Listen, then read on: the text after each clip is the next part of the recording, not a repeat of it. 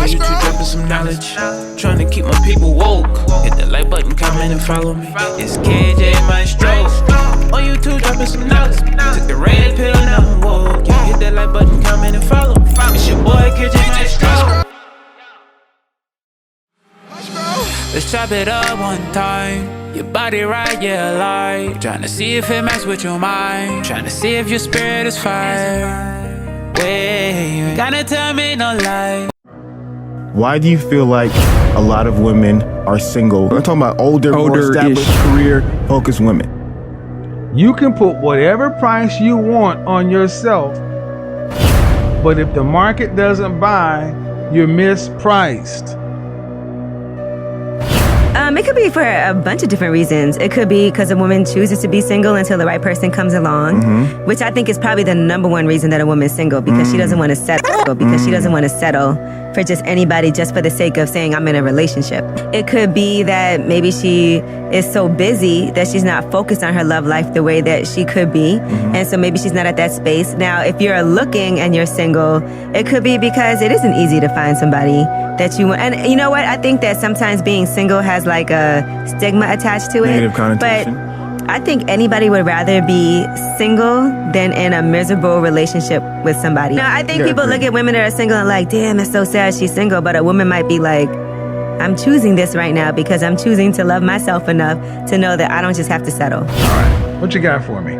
So I'm 30 and I have 2 kids. So I'm single, I have 2 kids. I am still like very like young, active. I have a lot to offer. I make great money. I have good, well-behaved children. You just got a problem getting a husband. Yeah, but... Yeah, because you got 2 kids. Okay. How old is your oldest child? 10. How old is your youngest? 7. You were younger, you were old enough to make babies. Yeah. First one at 20, even though I'm not okay with it, you can let it slide. But the second one, man, that's a choice. I was with him for like 6 or 7 years. But you were his wife. In a world full of choices, freedom and access is at the tip of our fingers. Women have control of who has access to them, whether it's their body, time, energy, or their resources, and can even influence others to give up their time, resources, energy, and attention by simply just posting a picture.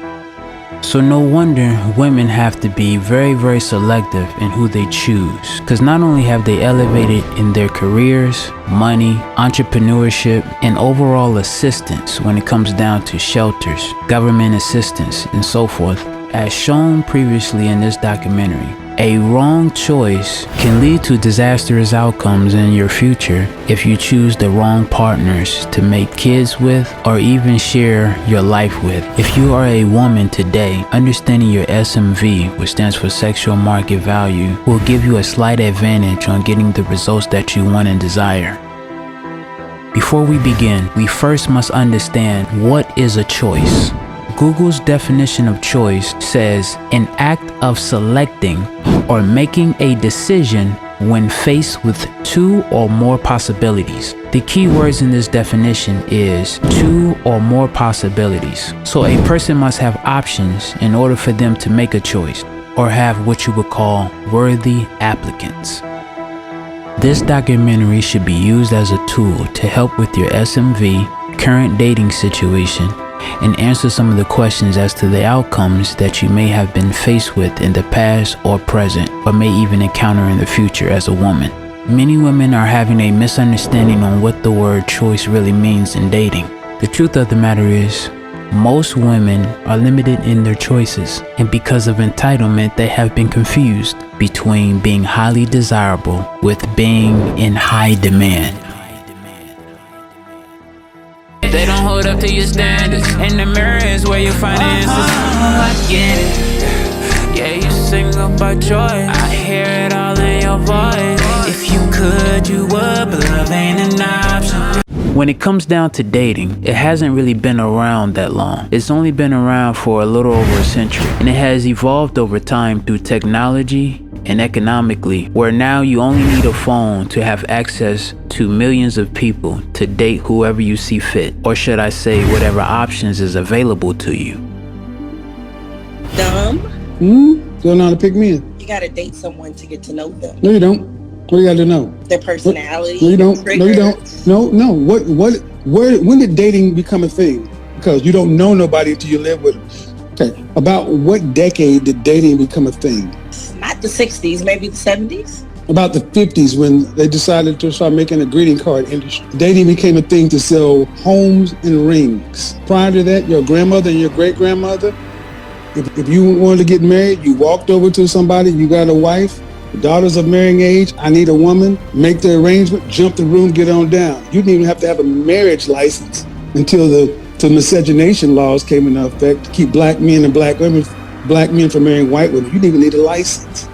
Okay. Dating has never been the thing. The outcome for most women is to date with intentions of having a long-term relationship and then eventually marriage. But if you are a woman who wants to get married and stay married, then the following data and statistics must be taken in consideration. 70% of divorces are initiated by women. The average income for a single mother is around $48,000, but the average income for a married couple is around $100K a year, which means that there is a flaw in the dating system. As a woman, in order to overcome the flaws that's in the current dating system and to avoid becoming one of those statistics I just mentioned, is you need to approach the dating market as if you need a man and not just want one.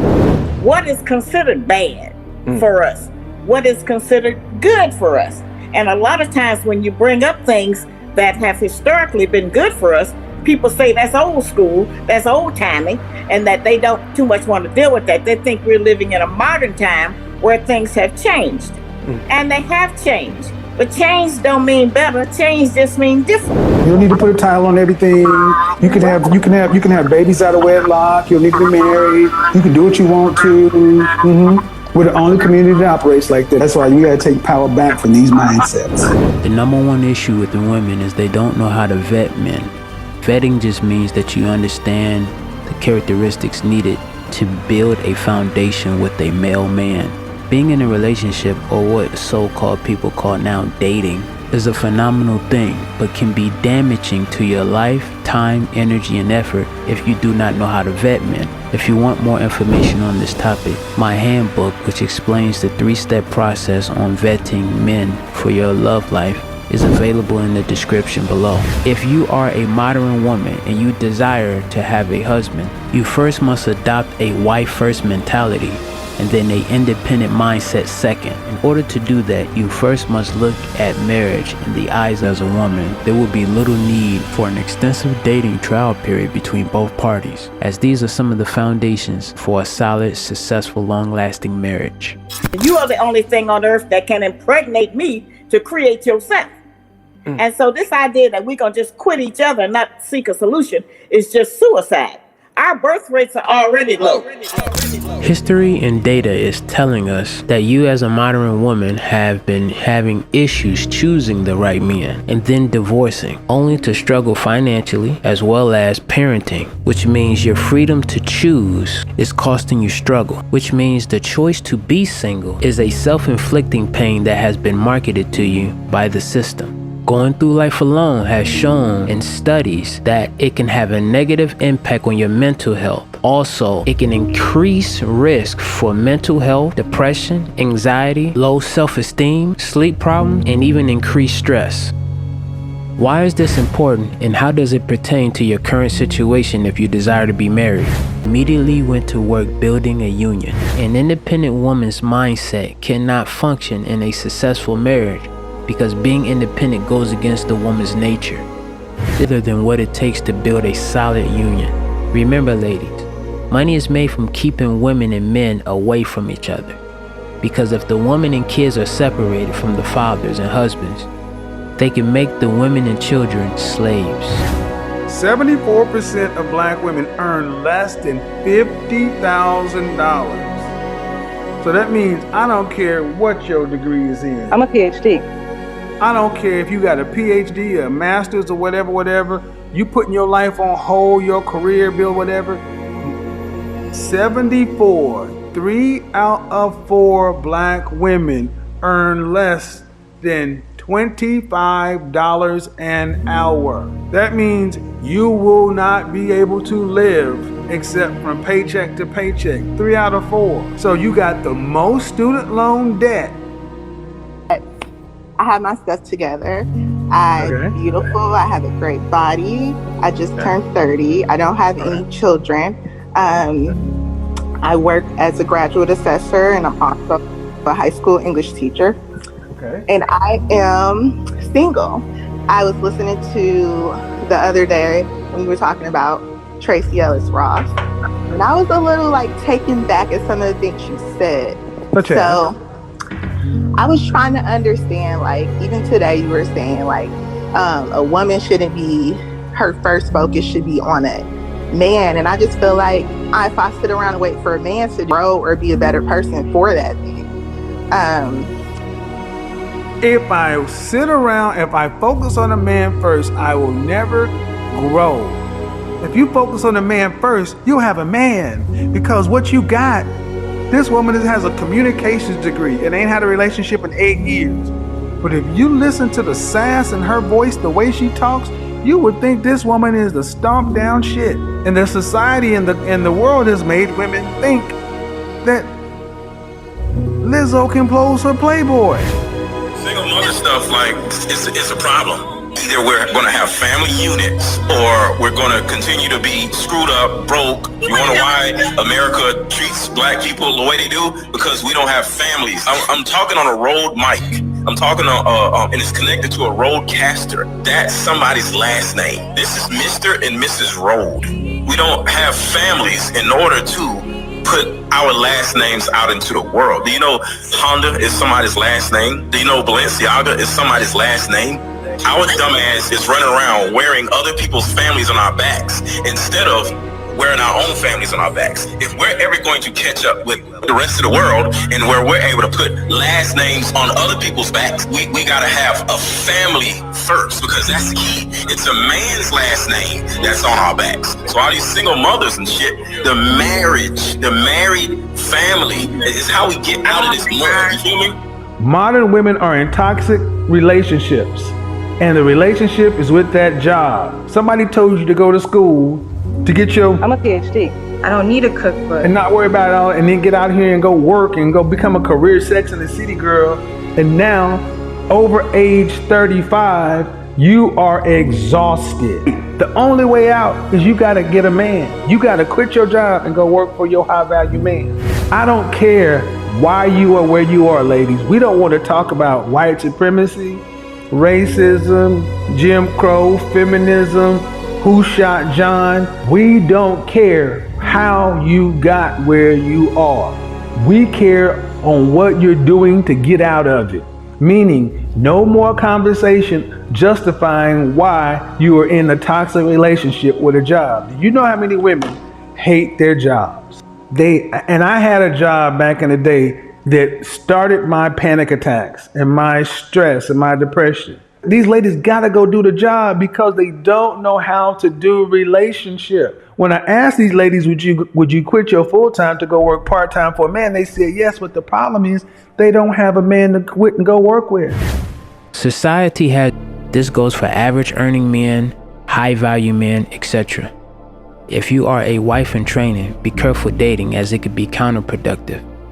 It may slow down the marriage process or even stop it completely altogether with your potential husband, because it would be too much work to build the previous damages from the past hurt, trauma as a kid or adult, as well as it can stop or slow down the man's vision or plan to help make his potential family with you harder. For more information on the building blocks of having a wife-first mentality, link is in the description. The question is, where did this term single by choice originated from? And the following video clip will show that this was planned from the beginning, manipulating women into thinking being single is the best option while suffering from it. And while I was there in my magazine writing class, we had to choose a magazine to just look at it and see, how would you sell to this magazine? And I chose Cosmopolitan because Cosmo was the hottest women's magazine in the nation at that time.